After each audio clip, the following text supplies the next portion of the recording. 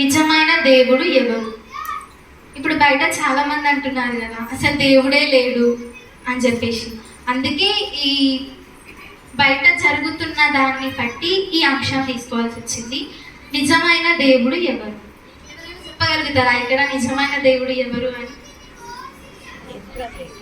అది మన అందరికీ తెలుసు, బయట అందరూ నమ్మరు కదా. సో అందరికీ ఈ మెసేజ్ ఇవ్వాలని చెప్పేసి మనం సేవించే దేవుడే ఆయన ఎట్లా నిజమైన దేవుడు అంటే అడుగుతారు బయట అందరు, కారణాలు ఏంటి అంటే ఎట్లా నమ్మాలి మేము అని చెప్పేసి.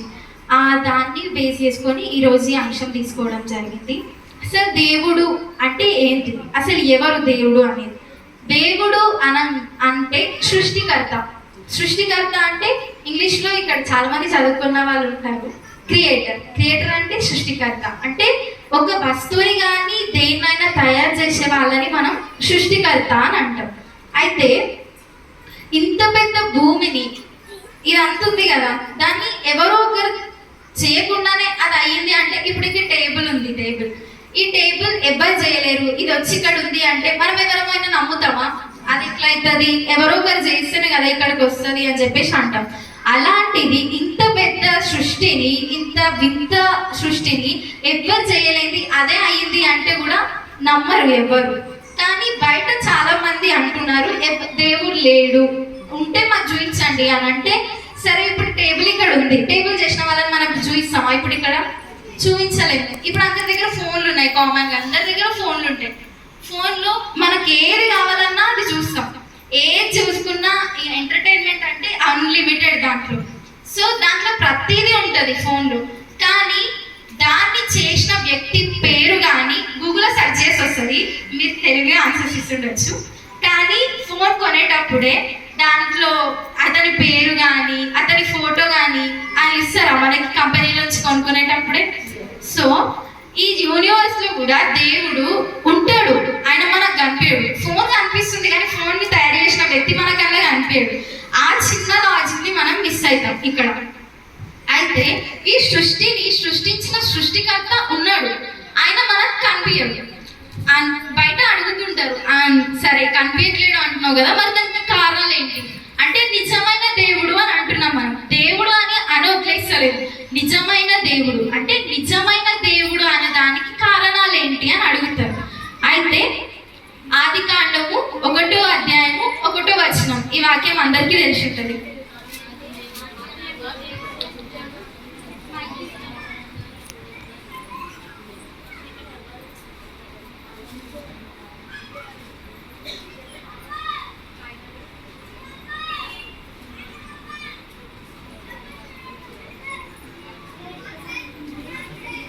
ఆదికాండము 1వ అధ్యాయము 1వ వచనం.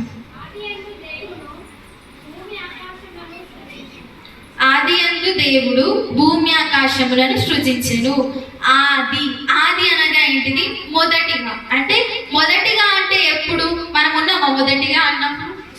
లేదు. సో మనకు తెలియదు అది, కానీ ఈ బైబిల్ గ్రంథంలో రాసింది ఆదియందు మొదటిగా దేవుడు భూమిని ఆకాశంను సృజించిండు.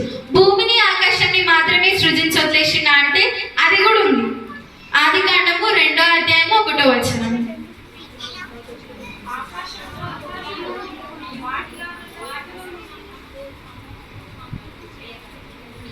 ఆకాశమును భూమియు వాటిలోనున్న సమస్త సమూహమును సంపూర్తి చేయబడెను. అంటే సంపూర్తి చేయడం అంటే పూర్తి చేయడం, కంప్లీట్ చేయడం, అయిపోయింది ఇంకా అని. అంటే ఆకాశంలో వేసుడు, భూమిని వేసుడు, ఆకాశంలో భూమిలో ఉన్న ప్రతిదీ సమస్తము అంటే మొత్తం అంతా అని.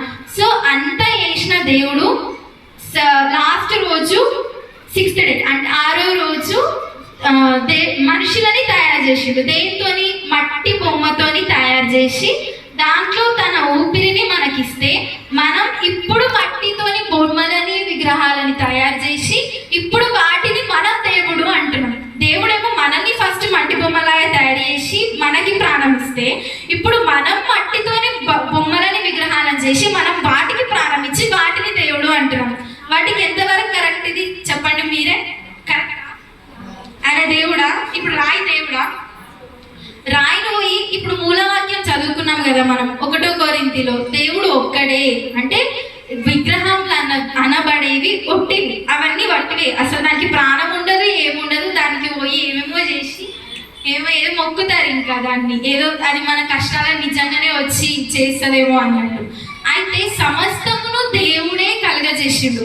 ఎంత స్పష్టంగా రాయబడిందంటే బైబిల్ గ్రంథంలో సమస్తమును చేసిండు. అయితే సమస్తాన్ని నేనే చేసిన అని చెప్పేసి వాళ్ళు బయట అనుకునే వాళ్ళ గ్రంథాలలో దేంట్లో కూడా రాయబడలేదు సమస్తాన్ని నేనే చేసిన అని. అలాంటిది పవిత్ర బైబిల్ గ్రంథంలో రాయబడింది సమస్తాన్ని నేనే చేసిన. అంటే దేవుడు ఇప్పుడు నూతన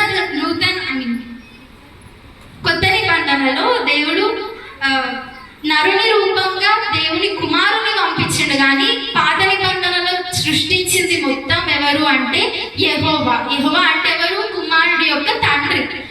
ఇప్పుడు బయట ఏమంటున్నారంటే చాలా మంది ఈ సృష్టి అంత ఒక పవర్ వల్ల, ఈ యూనివర్స్ అంత ఒక పవర్ వల్ల కలుగజేయబడింది. అంటే ఆ పవర్ ఎవరు అని అంటేనే యెహోవా. యెహోవా అనే దేవునికి అంటే కుమారునికి కూడా పవర్ ఇచ్చిండు. ఆ పవర్ తోనే ఈ యూనివర్స్ అంతా కూడా తయారైంది. అయితే సమస్తమును చేసిన దేవుడు మనల్ని కూడా చేసిండు, కానీ మనం ఇప్పుడు ఆ సమస్తానికే ఆయనకి వ్యతిరేకంగానే మారి ఏవేవో బొమ్మలని దేవుడు ఆలయ దేవుడు అని చెప్పేసి అంటున్నాం.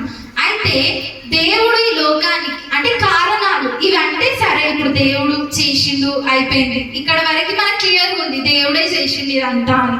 కానీ నిజమైన దేవుడు ఎవరు అనేది టాపిక్. సో దాంట్లో కారణాలు ఏంటి అని అంటే ఫస్ట్ది, దేవుడు మన పాపముల కోసం మన పాపములు ఆయన పైన వేసుకొని సిలువ పైన మరణం పొందిండు. అవునా కాదా? మొన్ననే గుడ్ ఫ్రైడే అయిపోయింది, అందరికీ తెలిసి ఉంటుంది. అయితే ఏ దేవుడైనా ఇప్పుడు బయటకు వచ్చే వాళ్ళు చాలా మంది ఉంటారు. అయితే ఆ దేవుడు ఎవరైతే కొలుస్తున్నారో ఇప్పుడు బయట వాళ్ళెవరన్నా మన పాపముల కోసం సిలువలో చనిపోయి ఎవరన్నా చేసి అంతశ్రమలు పొందడం అంటే చనిపోవడం, సిలువ మోయడం అవన్నీ. కానీ మన దేవుడు చేసిండు మన కోసం, మన పాపముల కోసం, మన పాపముల నిమిత్తం మనకు విమోచన దయచేసి ఆయన చనిపోయాడు. అయితే ఆయన ఏమైనా తప్పు చేసినందుకే దేవుని సిలువ వేసిరా? లేదు కదా, ఆయన ఏం తప్పు చేయలేడు, ఎందుకంటే ఆయన పరిశుద్ధుడు. సో ఆ పరిశుద్ధుడు మన పాపములు ఆయన పైన వేసుకొని చనిపోయాడు. కానీ బయట ఇప్పుడు మనం అంటున్నారు అంతే, వాళ్ళు దేవుడు కాదు, అనబడే దేవుళ్ళు ఎవ్వరు ఈ పనులు చేయలేదు. ఇది ఫస్ట్ది. సరే, దేవుడు సిలువ పైన చనిపోయినందుకు నిజంగా దేవుడు అంటున్నాం. చనిపోతే నిజంగా దేవుడు అవుతారా అన్న క్వశ్చన్ కూడా వాళ్ళు అడుగుతారు. అయితే చనిపోయి 3వ దినమున మళ్ళీ లేచిండు. ఈస్టర్, అవునా? ఈస్టర్ జరుపుకున్నారా మీ దగ్గర? మీ ఊర్లో జరుపుకున్నారా? అప్పుడు 3వ దినమున లేచిండు. సో ఎవరైనా చనిపోయిన వాళ్ళ నుంచి లేచిరా ఇప్పుడు దేవుళ్ళు? సో ఇక్కడ ప్రూవ్ అయిపోయింది కదా దేవుడే అని, అంటే స్పష్టం అయిపోయింది ఇక్కడికి దేవుడే నిజమైన దేవుడు అని చెప్పేసి. ఇంకా నోవాహు ప్రార్థించినప్పుడు 40 రోజులు 40 రాత్రులు కంటిన్యూస్ గా వర్షం కురిపిస్తూనే ఉన్నాడు. అక్కడ కూడా మనకు అర్థమైపోతుంది. అంటే ఏ దేవుడికైనా ఇప్పుడు మనం పోయి ప్రార్థన చేస్తే 40 రోజులు 40 రాత్రులు మొత్తం వర్షం కురిపిస్తాడా? కురిపించాడు. అందుకే మన దేవుడే నిజమైన దేవుడు అని చెప్పేసి అంటాడు. ఇంకా దేవుడు ఈ లోకానికి వచ్చి అంటే కుమారుని చేత కూడా అద్భుత కార్యాలు చేయించిండు దేవుడు. అయితే కుంటి వాళ్ళకి కాళ్ళనిచ్చిండు, గుడ్డి వాళ్ళకి చూపునిచ్చిండు, మగవారికి మాటలు కూడా దయచేసిండు. బయట ఏ దేవుడైనా ఇప్పుడు నేను పోయి కుంటి వాళ్ళకి కాలియడం కానీ మగవాళ్ళకి మాటలు దయచేయడం కానీ ఎవరైనా చేసిరా? బయట ఎవ్వరు చేయలేరు. ఇది కూడా ఒక కారణమే. ఇంకా మరణించిన వాళ్ళని లేపడం అనేది అసలు ఎంత అసాధ్యమైన పని అంటే ఎన్ని ప్రేయర్స్ చేసినా ఎంత చేసినా కూడా మరణించిన వాళ్ళని అయితే లేపలేదు, మరణించిన వాళ్ళని ఎవరము లేపలేదు. కానీ లాజరు మరణించగానే లేపినా అంటే అది కూడా కాదు, మరణించిన 4 రోజుల తర్వాత. అప్పటికే సైన్స్ ప్రకారం శవం మొత్తం కులిపోయి ఉంటుంది 4 రోజులు, అంటే కొంచెం కొంచెం అన్నా క్షీణించబడుతూ ఉంటుంది. కానీ 4 రోజుల తర్వాత కూడా దేవుడు ఆయనని పిలవగానే ఒక్క మాటతోనే సృష్టి అంతా ఏర్పడింది, ఒక్క మాటతోనే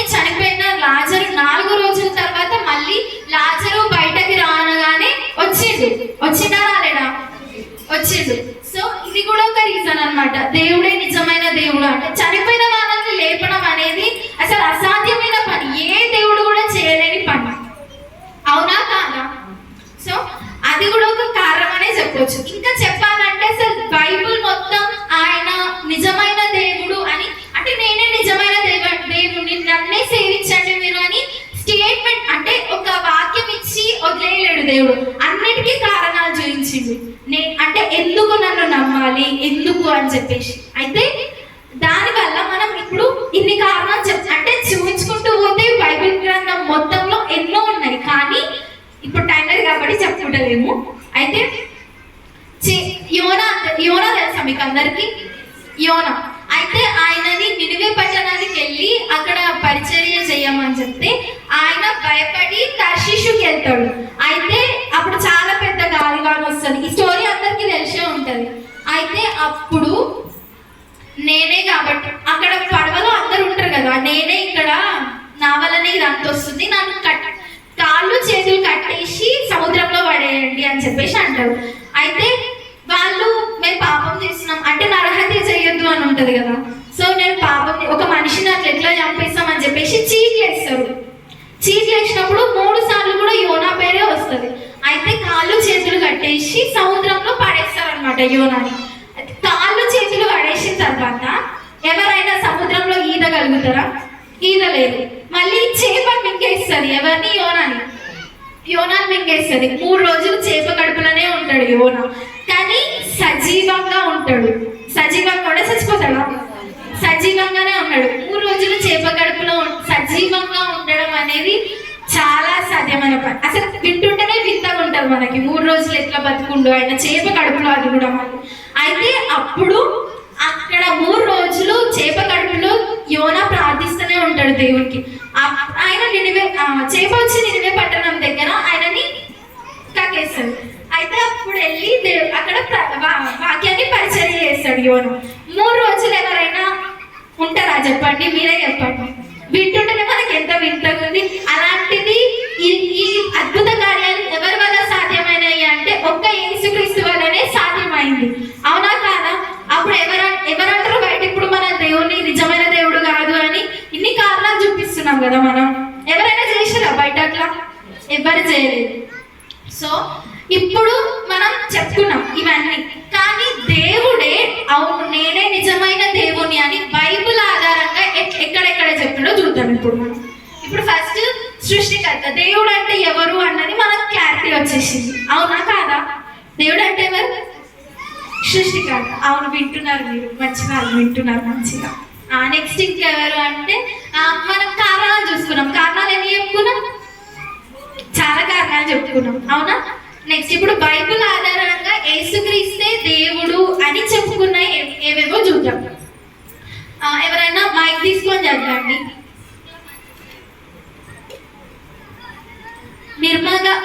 నిర్గమకాండము 20వ అధ్యాయము 2వ వచనం 3వ వచనం చదవాలి.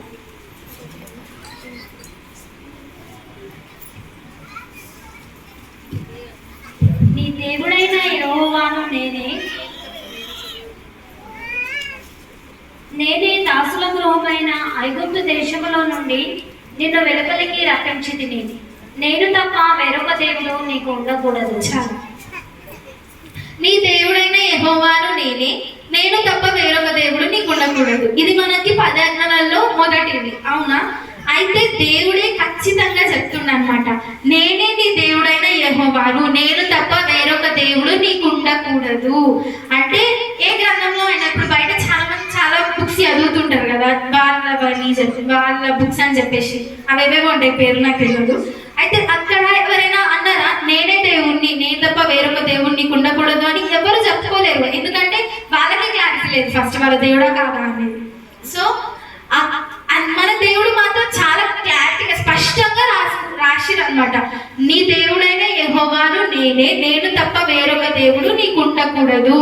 ఇప్పుడు బయట చాలా మంది దేవుడు అనబడేవారు ఉన్నారు, కానీ ఎవ్వరు కూడా నన్ను సేవిస్తేనే నీకు పరలోక రాజ్యం వస్తుంది, నన్నే నమ్ముకో అని ఎవ్వరు చెప్పలేరు. కానీ మన దేవుడు చాలా స్పష్టంగా చెప్తున్నాడు, చాలా ఖచ్చితంగా చెప్తున్నాడు, నేనే నీ దేవుణ్ణి, నువ్వు నన్ను తప్ప ఇంకెవరు ఎవరిని సేవించకూడదు. సేవిస్తే నీకేం లేదు, నరకమే వస్తుంది, ఇంకేం రాదు. పరలోక రాజ్యం అయితే అసలు అసంభవం మనం వెళ్ళడం, ఒకవేళ వేరే దేవుడిని సేవిస్తే.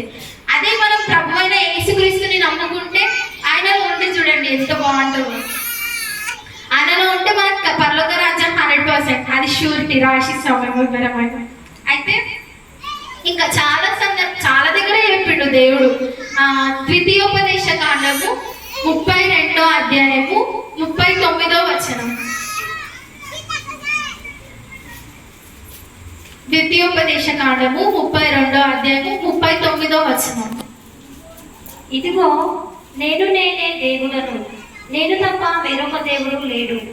మృతి నందిన వాడును, బ్రతికించు వాడును నేనే, గాయపరచు వాడును, స్వస్థపరచు వాడును నేనే, నా చేతిలో నుండి విడిపించు వాడెవడునూ లేడు.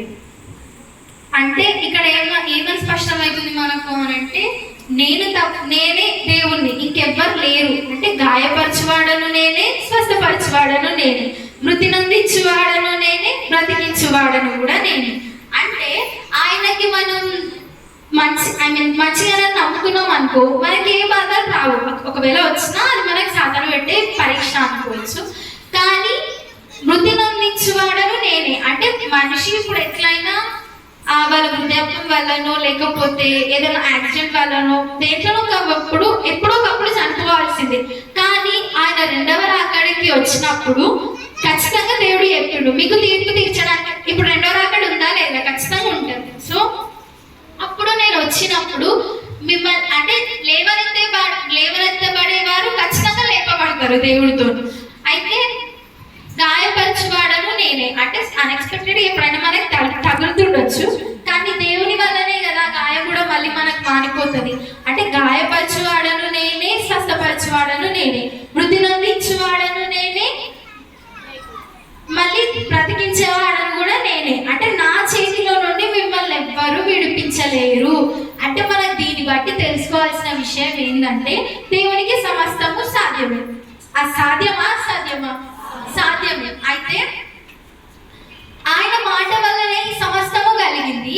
ఆయన మాటకే లోబడే సమస్తంలో ఆయనకు అంత సాధ్యమే. ఎందుకంటే వేరే దేవుడు లేడు, వేరే దేవుడి మాటలు కూడా ఎవరు వినరు, ఎవరు పట్టించుకోరు. కానీ ఆయన చెప్తుండు నాకు సమస్తము సాధ్యమే. అంటే అంత ఖచ్చితంగా, అంత కాన్ఫిడెంట్ గా దేవుడు చెప్తున్నాడు, నేనే దేవుణ్ణి, నేనే అన్ని చేస్తాను, నా చేతి నుంచి మిమ్మల్ని ఎవరు విడిపించలేరు. అంటే మనం దేవుణ్ణి సేవించినాం అనుకో, మనల్ని దేవుడు మంచిగా చూసుకుంటాడు. అదే మనం ఆయనకి విరోధంగా మారినాం అనుకో, మనకి ఇంకా ఆయన చేతిలో నుంచి ఆయన కోపం మనం ఊహించలేము అసలు. సో దాంట్లో నుంచి మనల్ని ఎవరు విడిపించలేరు. అదే ద్వితీయోపదేశ కాండము 6వ అధ్యాయము 14వ వచనము మళ్ళీ చెప్తున్నాడు. ద్వితీయోపదేశ కాండము 6వ అధ్యాయము 14వ వచనం.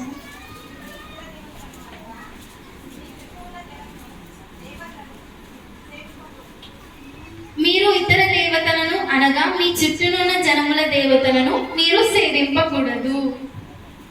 ఇది అసలు పాయింట్ మనం ఈరోజు మాట్లాడుకోవాల్సింది. అయితే ఇప్పుడు ఈ లోకంలో ముఖ్యంగా భారతదేశంలో ఎంతమంది దేవుళ్ళు అని ఉన్నారు అని మనం చెప్పుకుంటున్నామో అసలు మనం వేల పైన కూడా కౌంట్ చేయలేదు. అంతమంది దేవుళ్ళు ఉంటారు మన చుట్టూ. అంటే మన ఊర్లలోనే ఎంతమంది దేవతలు అని అంటారు, పెళ్లి అయితే బాగోదు కానీ చాలా మంది అంటుంటారు. వాళ్ళు అసలు ఎక్కడి నుంచి వచ్చినా కూడా తెలియదు మనకు. అయితే వారందరికీ ఇప్పుడు మన దేవతలు అనబడుతున్నారు, వాళ్ళు అంతే, వాళ్ళు నిజమైన దేవుళ్ళు కాదు, నిజమైన దేవతలు కూడా కాదు. అనబడే వాళ్ళకి మనం ఇక విగ్రహాలు చేస్తాం, విగ్రహారాధన చేస్తాం, దాని దగ్గరికి పోయి దానికి ఏమేమో పెడతాము, పెట్టి నైవేద్యం పెడతాం. ఫస్ట్ ఆఫ్ ఆల్ అన్నిటికంటే ఫస్ట్ నైవేద్యం పెట్టి, అంటే అది తినదు, మనల్ని తినమనదు, అది తినదు, మనల్ని తినమనదు. ఇక అది రేపు పోయి చూస్తే మొత్తం పాడైపోతుంది, అంతే, దాని విషయంగా వాడేస్తారు ఎక్కడ. అయితే దీన్ని బట్టి మనం అర్థం చేసుకోవాల్సింది ఏంటంటే, ప్రాణం లేని రాయిని పోయి నాకు ఇది ఉంది, నాకు ఆ కష్టం ఉంది, ఈ కష్టం ఉంది, ఇది తిను, అది తిన అంటే అది తినదు, ఎక్కడా తినదు, అది వినదు. దానికి పోయి ఎందుకు అంతగానని చెప్తారో నాకైతే అసలు ఏం అర్థం కాదు. పోయి చెప్తానే ఉంటారు ఇక దేవుడా నాకు అది ఇట్లా అని మొక్కుతారు, ఎందుకు మొక్కుతారో ఏమో. అది రాయం. ఇంకా వేప చెట్టు దగ్గరికి పోయి ఏమేమో కడతారు, దానికి ఏమేమో ఉంటాయి దాన్ని, అసలు ఏంటి కూడా ఏమో చేస్తారు. అవన్నీ ఎందుకు చేస్తారు అంటే మళ్ళీ రీజన్ ఎందుకు చేస్తున్నారు అని అంటే దానివల్ల మనకి ఏమర్థమైంది పోయి మొక్కుతారు. అంటే వింటానన్నా మనకి ఏమన్నా వస్తుంది. ఇప్పుడు మనం వింటున్నాం తెలుస్తుంది, జ్ఞానం అన్న వస్తుంది. వాళ్ళు పోయితే చూస్తేనే ఏదో చేసినాం ఇక్కడ. అంటే ఇప్పుడు నార్మల్ గుడిలలో పోయి మళ్ళీ మనలాగా ఎవరు అక్కడ వచ్చి పరిచయం చెయ్యరు. జస్ట్ పోయి మొక్కుతారు. అంటే దర్శనం చేసుకుంటే ఏమొస్తుంది, ఏదైనా వింటే కదా మనకు వచ్చేది జ్ఞానం. అక్కడ పోయి దర్శనం చేసుకొని వచ్చిన నేను దర్శనం చేసుకున్నా అంటేనే వాళ్ళకి ఏమో ఇక హెవెన్ అంటే పరలోకం పోయినట్టు ఉంటుంది. కాబట్టి దాన్ని మనం అసలు దాన్ని ఎంకరేజ్ చేయదు. కానీ ఇప్పుడు బాగా బయట అదే అవుతుంది. ఎక్కువ నమ్మడం కన్నా దాన్ని పోయి చూస్తేనే ఏదో అయినట్టు చేస్తున్నారు అన్నమాట. అంటే విగ్రహాలను మనం పూజించకూడదు, వాటికి సాగిల పడకూడదు, వాటన్నిటిని సేవింపకూడదు. అయితే ఒక్కడే దేవుడు ఉన్నాడు. బయట కూడా అంటుంటారు కదా ఒకటే దేవుడు, అసలు ఇంతమంది లేరు అని. ఆ ఒక్క దేవుడు ఎవరు అంటే యేసుక్రీస్తు. అది ఎందుకంటే ఇన్ని చెప్పుకున్నాం. ఇప్పుడు ఆయన వల్లనే సమస్తము కలిగింది, ఆయన వల్లనే సమస్తం కూడా ఆదియు నేనే అంతము నేనే, అల్ఫయు నేనే ఓమేగయు నేనే అని చెప్పేసి చెప్పిండు దేవుడు. సో వాటన్నిటిని మనం అసలు చేయకూడదు. అంటే విగ్రహాలన్నీ ఒట్టిగా అన్నమాట, దానికి ఏమి ఉండదు అని. అయితే యెషయా గ్రంథము 45వ అధ్యాయము 22వ వచనం. యెషయా గ్రంథము 45వ అధ్యాయము 22వ వచనం. భూదిగంతముల నివాసులారా నా వైపు చూసి రక్షణ పొందుడి. దేవులను నేనే, మరి ఏ దేవుడునూ లేదు. భూదిగంతముల నివాసులారా నా వైపు చూచి రక్షణ పొందుడి. ఎవరైనా చెప్తారా రక్షణ పొందండి, మీ పాపాలను గడుపుకోండి అని బయట దేవుళ్ళు? ఎవరైనా చెప్పినప్పుడు మీరు విన్నారా? పోనీ ఎవరు కూడా రక్షణ పొందండి అని చెప్పరు. అంటే మీ పాపములని విడిచిపెట్టండి, పరిశుద్ధంగా మారండి, దేవుని నమ్ముకోండి అని ఎవ్వరు చెప్పరు బయట. అంటే మన దగ్గర మాత్రం మనం రక్షణ పొంది మన పాపములు దేవుని ఎదుట ఒప్పుకుంటే మనకు ఖచ్చితంగా విమోచన లభిస్తుంది. కానీ బయట ఎవరైనా చెప్పరు మనల్ని. అయితే ఆయననే మన సొంత రక్షకుడిగా అంగీకరించి ఆయనని సేవించినామనుకో, అంటే ఆయన రక్తంలో తప్ప మన కోసం ఎవరు వేరే దేవుళ్ళు ఎవరు రక్తం చిందించలేదు. సో ఆయననే రక్తం చిందించదు. ఆయన రక్తంలోనే తప్ప ఎవరి రక్తంలో మనకి విమోచన లభించదు. సార్ ఫస్ట్ ఆఫ్ ఆల్ విమోచన అంటే ఏంటి అంటే మన పాపముల నిమిత్తమై క్షమాపణ. ఎవరు కూడా ఏ దేవుడు క్షమించడు మనల్ని. క్షమించే దేవుడు, శిక్షించే దేవుడు ఎవరు? ఒకడే, యేసుక్రీస్తు. అయితే ఆయన ఇక విగ్రహాలు అవన్నీ జస్ట్ రాలే అంతే. ఆ రాళ్ళ దగ్గరకు పోయి మనల్ని క్షమించమన్నా కూడా క్షమించదు, ఎందుకంటే మనం చేసిన పాపాలే కష్టడానికి తెలియదు కాబట్టి. అయితే దాన్నే వాళ్ళు దైవంగా భావించి అంటారు. కానీ దేవుడే ఆయన రక్తంలోనే తప్ప ఏ రక్తంలోనూ మనకు విమోచన లభించదు. మూలవాక్యం మనం చదువుకున్నాం కదా, 1 కొరింథీ 8వ అధ్యాయము 4-5 వచనాలు. 1 కొరింథీ 8వ అధ్యాయము 4-5 వచనాలు. కాబట్టి విగ్రహములకు బలిగా అర్పించిన వాటిని తినుట విషయము లోకమందు విగ్రహము పట్టదనియో, ఒక్కడే దేవుడు తప్ప వేరొక దేవుడు లేడనియో ఎరుగుదుము. దేవతలు అనబడిన వారును ప్రభువులు అనబడిన వారును అనేకులున్నారు. దేవతలు అనబడిన వారును ప్రభువులు అనబడిన వారును అనేకులు ఉన్నారు. అంటే దేవునికి ముందే తెలుసు అన్నమాట. అందుకే బైబిల్లో రాసింది. అంటే చాలా మంది దేవుళ్ళు అనబడతారు, దేవతలు అనబడతారు, కానీ అలాగని వాళ్ళు నిజమైన దేవుళ్ళు కాదు. అయితే లోకంలో చాలా మంది అంటున్నారు ఇప్పటికీ కూడా. అయితే చాలా మంది దేవుళ్ళు ఉంటారు, దేవుళ్ళు అనబడతారు, కానీ వాళ్ళందరూ దేవుళ్ళు కాదు. అయితే ఒక్కడే దేవుడు తప్ప వేరొక దేవుడు లేడని ఎరుగుదుము. ఆ ఒక్క దేవుడు ఎవరు? యేసుక్రీస్తు. అవునా కాదా? అయితే ఆయన ద్వారానే తప్ప మనకి ఎవ్వరి ద్వారా కూడా మన పరలోక రాజ్యం చేరము. ఎవ్వరి ద్వారా కూడా మన పాపములకు రక్షణ లభించదు. ఎవరి దగ్గర కూడా మన పాపములకు క్షమాపణ లభించదు. ఎవరు కూడా మన కోసం సిలువలో మరణించలేదు, రక్తం చిందించలేదు, మన పాపములు వాళ్ళ పైన వేసుకొని మన కోసం మరణించలేదు. ఇది ఇక్కడ వరకు క్లియర్ కదా అంతా. విగ్రహాలన్నీ ఒట్టియే, అన్ని ప్రాణం లేనివే. దేవుళ్ళు దేవతలు అని పేర్లు మనం పెట్టుకున్నాం అవి అంతే. దేవుడు అయితే ఎప్పుడు చెప్పలేదు అవే దేవుళ్ళు అవే దేవతలు అని చెప్పేసి. మనం వాటిని చేసుకున్నాం, మనమే వాటికి పూజిస్తున్నాం, మనమే వాటికి సాగిలపడుతున్నాం. కానీ అదంతా చేయడం ఎంత తప్పు అని అంటే, ఎందుకు మనల్ని చేసిన దేవునికి మనమే ఏవేవో చేసి మనమే విగ్రహాలను చేసి అన్ని చేయడం తప్పు కదా. దీనిపైన మా తాత వాళ్ళు కూడా వాడుతుండే సాంగ్ ఏదంటే, స్నానం చేసి మడిచిర కట్టి ఇస్తరాకుల నైద్యం పెట్టి తినవెనవేమే రాతి బొమ్మ నువ్వు తింటనవేమే చెక్క బొమ్మ నమ్మండోయ్ నమ్మండి యేసుడు ఒకడే నమ్మండి నమ్మండోయ్ నమ్మండి యేసు ఒక్కడే నమ్మండి అని చెప్పేసి వాడుతుండే అనమాట. అయితే ఇప్పుడు దీన్ని బట్టి మనకు బాగా అర్థమైంది ఏంటంటే అవన్నీ ఒట్టి అన్నమాట, వాటికి ప్రాణం లేదు. సో దేవుడు ఒక్కడే, ఆయన విషయమే మనం ఆయన దగ్గర కరెక్ట్గా ఉండి ఆయన విశ్వసించి ఆయననే సొంత రక్షకుడిగా అంగీకరిస్తేనే తప్ప ఎక్కడ మనకి విమోచన లభించదు, ఎక్కడ మనం పరలోక రాజ్యం చేరం. తిప్పి తిప్పి తిప్పి తిప్పి మళ్ళీ ఒకటే దగ్గరికి, ఒకటే దేవుడు, అది కూడా యేసుక్రీస్తు అన్నమాట. అయితే ఆయననే చెప్తున్నాడు అనమాట. ఏమనంటే యోహాను సువార్త 14వ అధ్యాయము 6వ వచనం. లాస్ట్ గా ముగించేసి అయిపోయింది.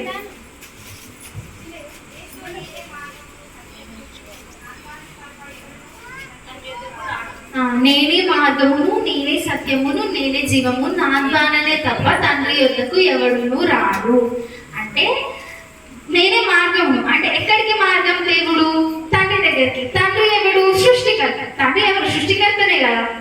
సో సృష్టికర్త దగ్గరికి నా ద్వారానే తప్ప, ఆయనను నమ్ముకుంటే తప్ప ఆయన ఎవ్వరు తండ్రి దగ్గరికి రారు. తండ్రి ఎక్కడ ఉంటాడు? పరలోక రాజ్యం.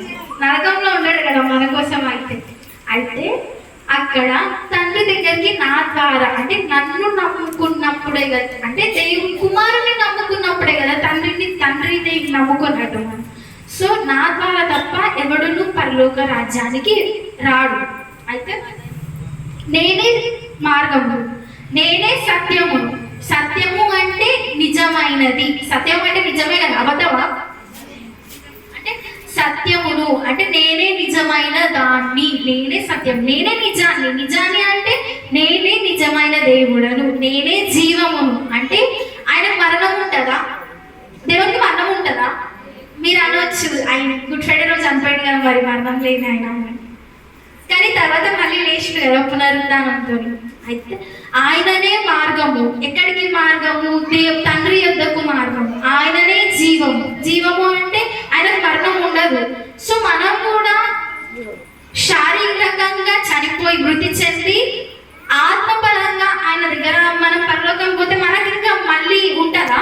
మరణం ఉంటుందా? మళ్ళీ మనకు ఉండదు. సో ఆయననే జీవము, ఆయననే సత్యము. సత్యము అంటే నిజము, నిజమైన దేవుడు. ఆయననే మార్గము, ఆయననే సత్యము, ఆయననే జీవము. అంటే తండ్రి కుమార పరిశుద్ధాత్మ త్రియేక దేవుడు ఒకడే. ఆయన ఎవరు? యేసుక్రీస్తు. సో ఈ శక్తి వల్ల ఈ యూనివర్స్ తయారైంది అన్నది ఎంత నిజమో, ఆ శక్తి యెహోవా, ఆ యెహోవానే తన కుమారునికి ఇచ్చిన శక్తి వల్ల పరిశుద్ధాత్మ వలన ఇదంతా జరిగింది అని చెప్పేసి ఎంత ఖచ్చితంగా అయితే చెప్తున్నాడో, ఆయననే త్రియేక దేవుడు, ఆయననే నిజమైన దేవుడు. ఇప్పుడు నిజమైన దేవుడు అని బయట ఎవరన్నా నిజమైన దేవుడు ఎవరు అని బయట మీకు ఎవరన్నా కామన్ గా ఒక క్వశ్చన్ వేసారు అనుకో, చెప్తారు అందరూ. ఏమని చెప్తారు? ఎందుకని అడిగితే సృష్టికర్త ఒక్కడే. అవును, కానీ సృష్టికర్తనే అని అంటున్నావు కదా, ఏంటి రీజన్ అని చెప్పేసి అడుగుతారు, ఏంటి కారణాలు అని అడుగుతారు. చెప్పేస్తారా? అయితే మీరు విన్నారన్న క్లాప్ వచ్చేసింది. Thank you so much.